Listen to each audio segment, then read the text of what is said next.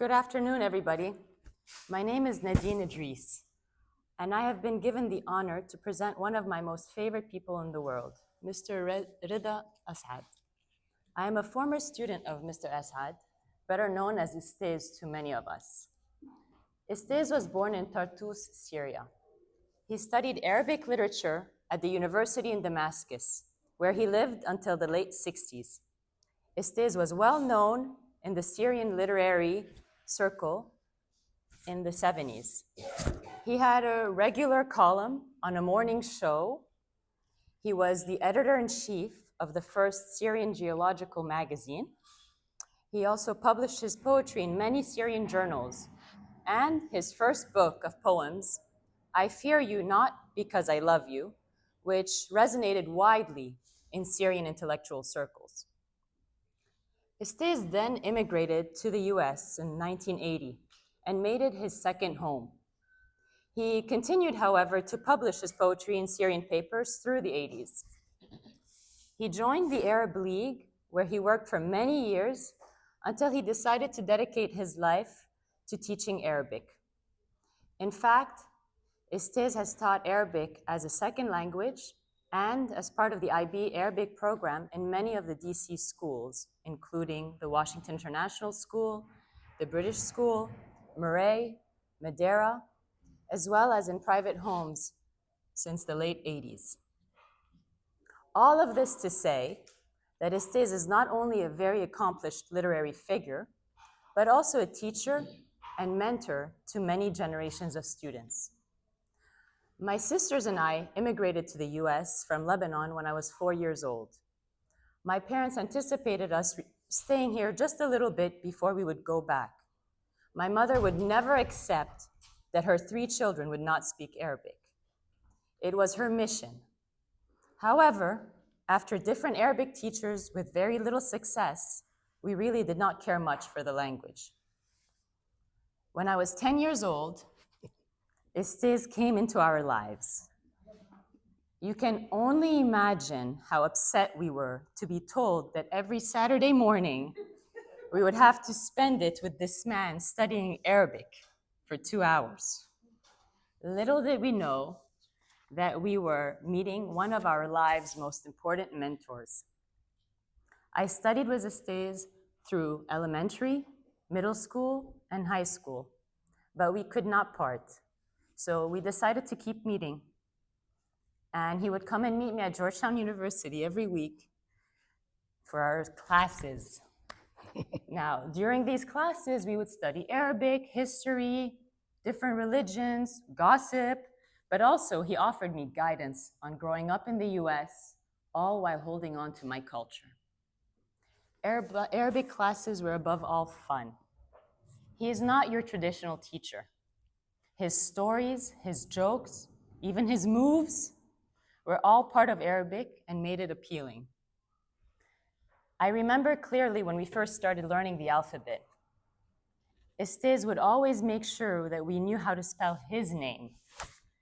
And well, after many years of brainwashing, I ended up marrying a man with the same name.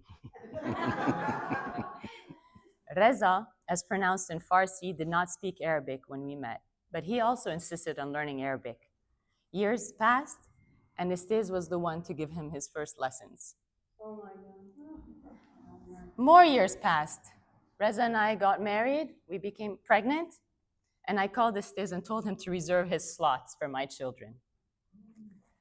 We feel so honored and lucky to have him still part of our lives, teaching and mentoring our 3 children on a weekly basis, not just Arabic, but above all, the many facets of life. It definitely takes a village to raise a child, but you're lucky when you have Istez in your village.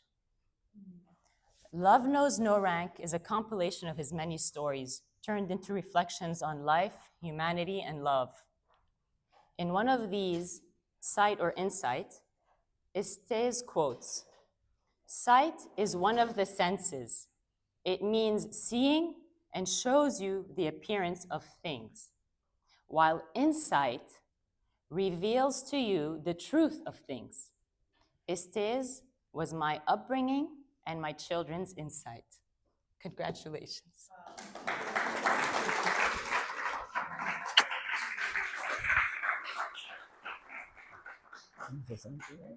The other generation now. Do you need this? Yeah. Thank you, sis. Good afternoon, everyone. My name is Ramsey Sinai, and this is my mom. and it's my honor to present the work of someone who has had such a profound impact on my life as a teacher and mentor, Ustaz Reda. Many of you know that Ustaz is a great teacher, but he is in fact much more than that. He's actually shared invaluable life lessons with me, as he's done with my mom and my sisters, as he does with all his students. His passion for the Arabic language and teaching it is unparalleled, as he dedicates all his efforts to maximize his students' learning. I thank him for all his advice and knowledge throughout the years that he has provided me and my sisters and mother. And I thank him in advance for all that he'll do for us in the future, hopefully, and hopefully will do for my kids one day. I'm not done. نشوف الاي دي تبعي.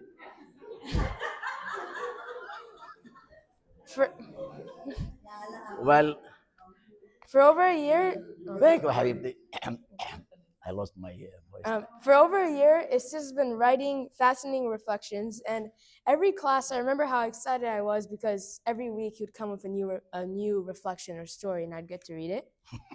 And later, after all these classes, I'm really happy to announce that now he's put these on a book, and that you all get to have the chance and get to share the joyful experience of reading these stories. Thank you.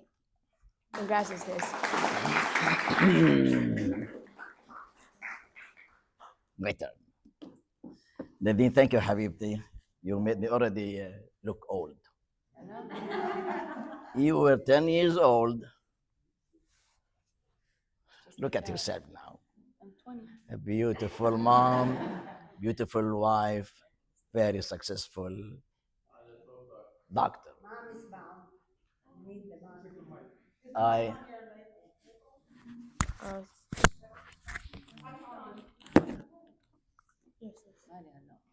this one. Shall I repeat what I said? You don't have to.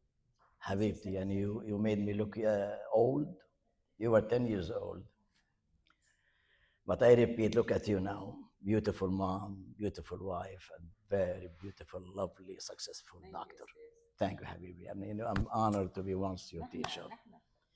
Ramzi Habibi, thank you for the beautiful words, but I don't think I will be able to teach your kids. 2 generations are enough, I guess. Now, the big thanks really goes to the great lady among us here, who devotes her life now and effort and time to help the community. Every single week she has an event.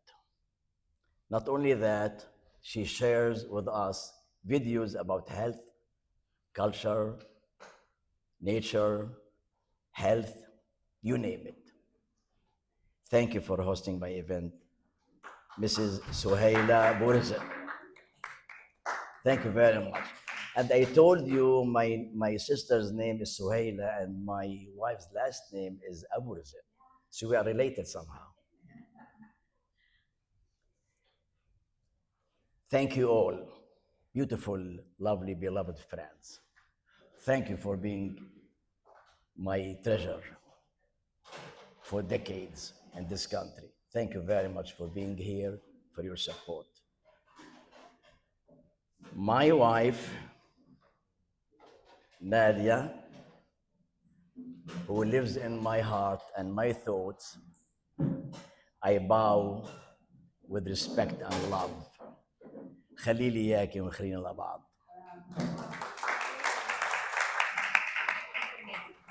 Our daughter Tala, when I put my book on Amazon, the price, she called me, she said, Dad, isn't it this my birth date? I said, yes, honey. The price is 21.98. It's our daughter's birth date. She was born August 21st, 1998. So the price is that's her. May God enlighten your future path, my love, with love, health, and success. And now I guess I have to start talking about my book. I guess everybody here for my book, not for me, right? For the book.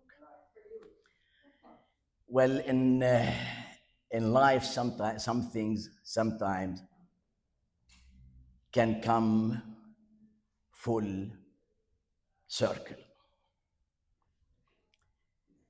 My book fits this saying. In the 70s, I was very active in the literary life in Damascus, Syria.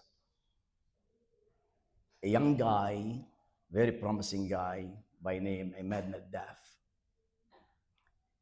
I could see the passion in his eyes to become writer, author, journalist. I opened doors for him before I came to America in early 80s. Few months later, I was very shocked and sad that he was arrested and jailed for his political opinions. Years passed, to be exact, 30 years ago, mutual friend, he's here, he called me and he said, Reda, you know Ahmad Naddaf, the author, the writer, the journalist, mentioned you in his articles. I said, what? He said, the author, the writer. I was really moved because I expected that, but I thought he was still in jail. So I called him right away and we reconnected. He told me about his life in prison for 10 years, no trial. He said, I spent these 10 years losing no hope that I will achieve my goal one day. Reading, writing, preparing himself to make his dream come true. And he did. And what made me really touched a lot, by his word, he said, your book, my first book I published in Syria, a poetry book, he said, your book was one of the things that made me relax or have hope. It was my daily relief, my daily food. Was really moved. I've been 10 years in jail, and this is what I call it faithfulness. Then, when our mutual friends told me about that, and I reconnected Ahmad Naddaf, who is now a very famous writer and author and journalist in Syria. 3 years ago, he called me and he said, Reda, we miss your pen, because I was very active in writing, poetry, articles. Can you write like an article every month and will be published in Great Middle East Gate, بوابة الشرق الأوسط. It's online newspaper published in United Arab Emirates. I said, okay, I'd love to do that.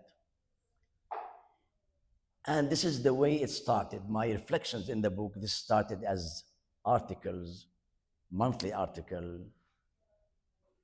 Then 8 months ago, he called and he said, well, I think it's sad to leave these articles published only on this newspaper.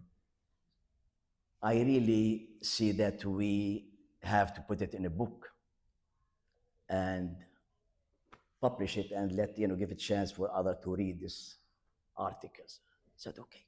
And this is the way my book started. It has 30 reflections and one, like Alf Layli.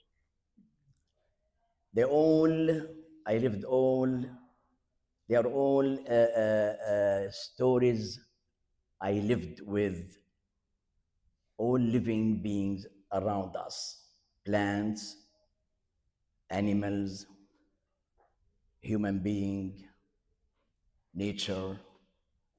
In each one, I felt that there is a thread in common between all of these living being. Love, faithfulness, giving, and loyalty.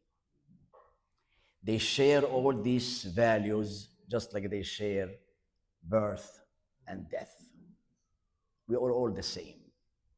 This living, plants, animals, nature, human being. This is we are. The reflections in the book, the articles were, at the beginning, they were like, of course, in Arabic. Then I decided to make it in English and Arabic. So they were published in the newspaper in the United Arab Emirates in both languages. So the book came out to be half in English and half Arabic. Talking about the title now of the book, لا مناصب في الحب, love knows no ranks. It came from one reflection in the book, actually based on a story, very funny story happened between me and one of my students. The student was 7 years old, younger than you. I taught his dad when he was 7 years old too. So one day he told me, Ustad, I love you so much, and my dad does love you so much. How old are you? So I said, well, 73 years old. This was like a year ago. No, not years ago. 10 years ago. So he turned around and he started counting on his little fingers. Then he turned to me in a very sad face and he said, I'm sorry, Ustad, I don't think you can teach my kids. But I promise I will go with my kids and with my grandkids to your grave and put flowers on it.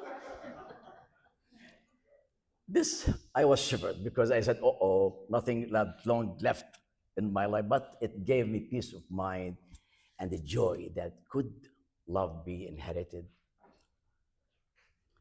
Throughout my journey in teaching for like 42 years, I taught kids of kings, sheikhs, princes, ambassadors, doctors, business people.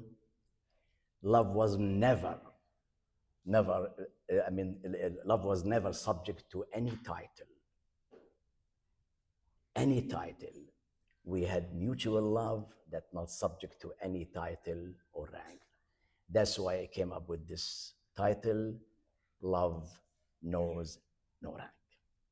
I will not talk about the rest of the reflections because I'm going to leave them to you. And that's it.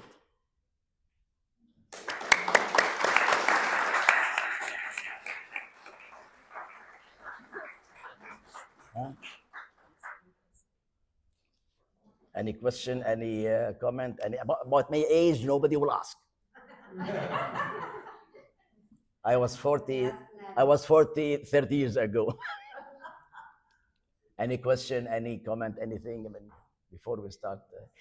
I have something to say. Forgive me if my dedication is not that long because we have limited time.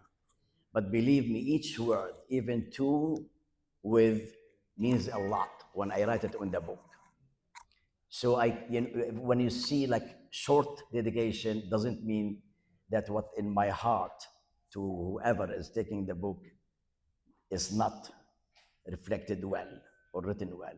But believe me, any word, as I said, to and with means a lot because it's coming from my heart.